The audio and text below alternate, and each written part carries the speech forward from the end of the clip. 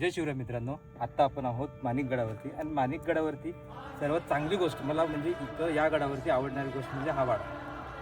का?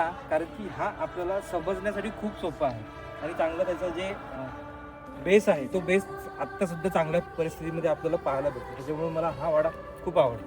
तर तुम्ही इथे पाहत आहे तर आता हे अंगण आहे आणि साईडला आपण हे कट्टा पाहू शकतो. आणि इथे जे आहे इथे पूजा होते आणि पूजेचं पाणी सरळ सरळ इथून आउटलेटमधून आपण खाली या इथून सरळ सरळ बाहेर जाण्यासाठी यांनी एवढी चांगली सिस्टीम बनवलेली आहे.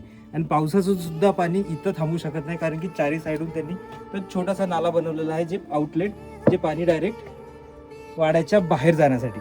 इथे आपल्याला बघा या साईडला एक रूम पाहायला भेटते, या साईडला एक रूम पाहायला भेटते आणि समोर आपल्याला 3 रूमा बघायला भेटतात. तुम्हाला दाखवतो बघा, इथे 1 रूम, हे 2 रूम आणि 3 रूम. याच्यामध्ये पण अजून एक इथे छोटी रूम आहे. मे बी हे आंघोळीसाठी असेल, कारण की इथे एक अजून त्यांचं एक आउटलेट आहे. आणि आउटलेट त्यांनी किती चांगल्या पद्धतीने केलं आहे बघा.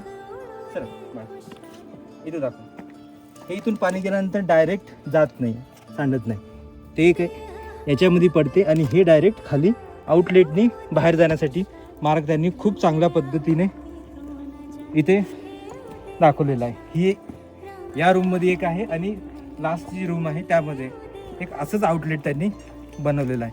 त्याच्यामुळं हा वाडा मला समजण्यासाठी आपल्याला पहिलेच्या काळात कसं सिस्टीम चालायचं, म्हणजे त्यांचं घर कसं असायचं ना, तर हे आपण चांगल्या प्रकारे आपण इथे पाहू शकतो.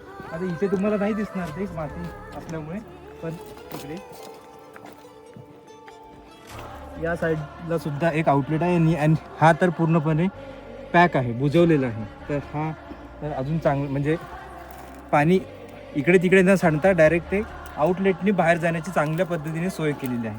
त्याच्यामुळे हा वाडा मला खूप आवडतो. म्हणजे मी या गडावरती 3ऱ्यांदा आलेलो आहे आणि जेव्हाही आलो तेव्हा या वाड्याला मी चांगल्या प्रकारे पाहण्याचा, समजून घेण्याचा प्रयत्न नक्की करत असतो.